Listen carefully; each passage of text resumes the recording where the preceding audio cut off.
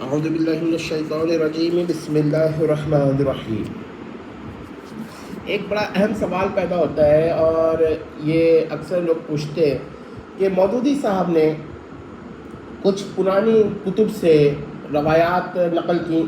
تو مودودی صاحب پہ تو فتاویٰ لگ گئے اور ان کتب کے مصنفین پر کوئی فتاویٰ نہیں لگے، کوئی فتویٰ نہیں لگا۔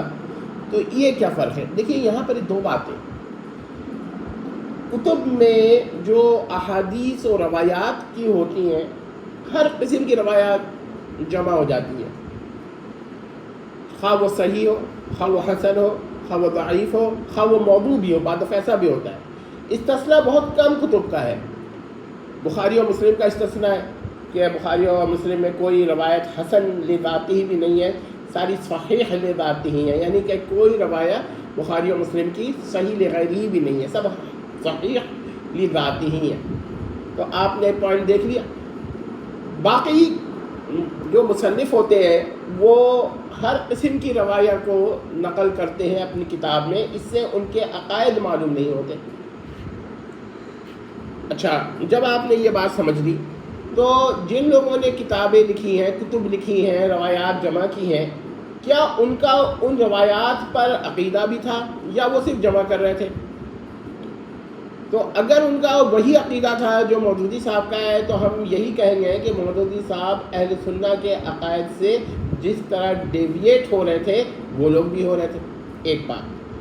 اچھا، دوسری بات یہ ہے کہ کبھی کبھار یہ ہوتا ہے کہ وہ عقیدہ ہوتا ہے اس کا، وہ روایت کو وہ صحیح سمجھ رہا ہوتا ہے، لیکن اس کی تعویل یا توجیح یا اس کی کیا کہتے ہیں کوئی تشریح وہ الگ کر رہا ہوتا ہے،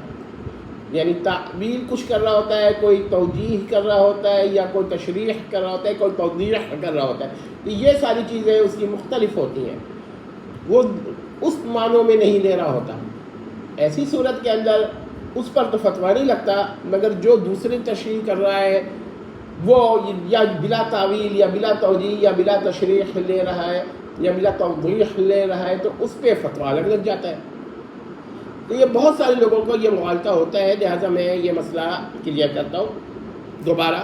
کہ کسی کتاب میں کسی روایت کا ہونا اس کی دلیل نہیں ہے کہ اس کا مصنف اس عقیدے کا ہے جو روایت کا لغوی معنی یا روایت کا کوئی معنی بات کے لوگ لے رہے ہیں۔ پہلی تو یہ بات ہوگی۔ دوسری بات یہ کہ اگر وہ روایت کو تسلیم نہیں کر رہا، صرف نقل کر رہا ہے، تو ایسا بھی ہوتا ہے کیونکہ آپ کتب احادیث میں دیکھیے ہر قسم کی روایات جمع ہیں، مسند احمد میں دیکھ لیجئے، مصنف میں ہی دیکھ لیجئے، ہر طرح کی روایت جمع ہے اس کے اندر۔ تو یہ نہیں ہے کہ وہ اس کے قائل ہے۔ اب یہاں پہ ایک سوال اور بھی ہوتا ہے کہ بھائی ایک شخص ایک روایت کو ضعیف سمجھ رہا ہے تو اس کو کیوں نقل کر رہا ہے؟ تو یہ ہمارے وہاں آج کل یہ ماحول بن گیا ہے کہ اگر کوئی روایت کو کوئی تسلیم نہیں کرتا تو وہ نقل نہ کرے۔ پرانے علماء کے نزدیک ایسا نہیں تھا، وہ امت کی معلومات کے لیے جو بھی روایت وہ سمجھتے تھے اس کو نقل کر لیتے تھے اور اس کے لیے سند، صحت یا اس کے حسن ہونے کا کوئی اہتمام نہیں کرتے تھے، اور اس کو سامع یا قاری کے اوپر چھوڑ دیتے تھے کہ خود تحقیق کر لیں۔ یہ بات آپ نے اگر سمجھ لی تو یہ صرف اس کے ساتھ نہیں ہے، بہت کتب میں اس طرح کی باتیں ہیں۔ احادیث کی کتب میں ضعیف روایات بہت جمع ہیں، مسند کو ہی دیکھ لیجئے کس قسم کی روایات ہیں اس کے اندر، صحیح بھی ہیں۔ تو یہ بات اگر آپ نے سمجھ لی تو اب یہ سوال پیدا ہوتا ہے کہ مودودی صاحب نے روایات چنی ضعیف یا غیر صحیح اور اس کے غلط معنی لیے، ایسے معنی لیے جو نہیں لینے چاہیے تھے، یا اس کی تعویل و توجیح کچھ بھی نہیں کی۔ اس لیے ہم مودودی صاحب پہ فتویٰ لگائیں گے۔ لیکن کیا وہی عقائد جن کتب سے لیے گئے ہیں ان کتب کے مصنفین کے بھی تھے؟ اگر تھے تو پھر ہم یہ کہیں گے کہ اہل سنت سے ان پہ ضعف ہو گیا، یعنی ضعیف عن اہل السنہ، ٹھیک ہے، اہل السنہ، ضعیف عن اہل السنہ۔ تو یہ ذرا آپ سمجھ لیجئے، یہ مسئلہ ہو گیا ان کے ساتھ۔ اور اگر آپ یہ سمجھتے ہیں کہ یہ عقائد ان کے مودودی صاحب کے نہیں تھے، انہوں نے روایات ضعیفہ یا غیر صحیح روایات کی کوئی اور توجیہ اور تشریح کی، خواہ وہ غلط ہو آپ کے نزدیک یا صحیح ہو، اس سے قطع نظر، تو پھر ہم یہ کہیں گے کہ وہ اہل سنت تھے، لیکن نقل کر کے روایت کو غلط معنی لینے والے وہ اہل سنت نہیں ہیں۔ اب یہاں پر یہ ہوتا ہے کہ بعض دفعہ روایت تعویل پر ہوتی ہے یا توجیہ پر ہوتی ہے، اور جو نقل کر رہا ہوتا ہے وہ بلا تعویل اور بلا توجیہ لے رہا ہوتا ہے۔ ایسی صورت میں ہم اس کو فتویٰ کیا دیں گے کہ اگر بلا تعویل اور بلا توجیہ لینا خلاف اہل سنت ہے تو اس کو چاہیے کہ وہ روایت کو مسترد کر دے یا تعویل کرے۔ اگر تعویل کی تمام طرق بند ہو جائیں تو اس کا واحد مطلب یہ ہوگا کہ وہ روایت باطل ہے۔ یہ ساری باتیں سمجھ لیجئے، اور بہت سارے لوگ یہ بات نہیں سمجھتے ہیں، کیونکہ ابھی میں نے ایک تقریر سنی علامہ یحییٰ نور پوری صاحب کی، تو کچھ لوگوں نے اس پہ کمنٹس کیے، میں کمنٹس ہی دیکھ رہا تھا تو لہٰذا میں نے یہ بات بیان کر دی، آپ بھی سمجھ لیجئے۔ اگر وہ بات یہ ٹھیک ہی کہہ رہے ہیں، اب جہاں تک مودودی صاحب ہیں وہ اہل سنت سے ہٹے ہوئے ہیں،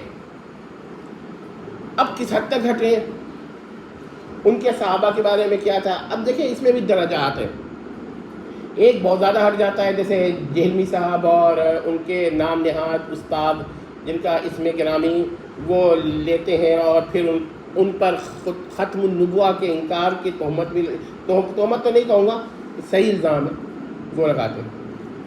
اور ان کے دوسرے ماننے والے دفاع کرتے ہیں کہ نہیں وہ ختم النبوہ کے قائل تھے۔ بہرحال اس چکر کو چھوڑیں، تو جہلمی صاحب جو ہیں یہ بہت زیادہ اہل سنت ہی سے نہیں، اسلام سے بھی باہر نکل گئے۔ وجہ منی گاڈس کا عقیدہ جب تک توبہ نہیں کریں گے تو ہم ان کو کیا کہتے ہیں، کہیں گے، ہم ان سے کہیں کہتے ہیں کہ اسلام کے اندر آ جائیے اور منی گاڈ سے غیر مشروط توبہ کر لیجیے، قیامت کے بعد بھی ایک شخص بھی منی گاڈ نہیں بنے گا، یہ جب تک، اور یہ محال عقلی مانیے اس کو، یعنی یہ نہ کہ یہ اور سے نوٹوریس مانیے، تب تک تو ہم ان کو آپ کو اسلام کے دائرے میں کس طرح مان لیں، آپ خود ہمیں بتائیں۔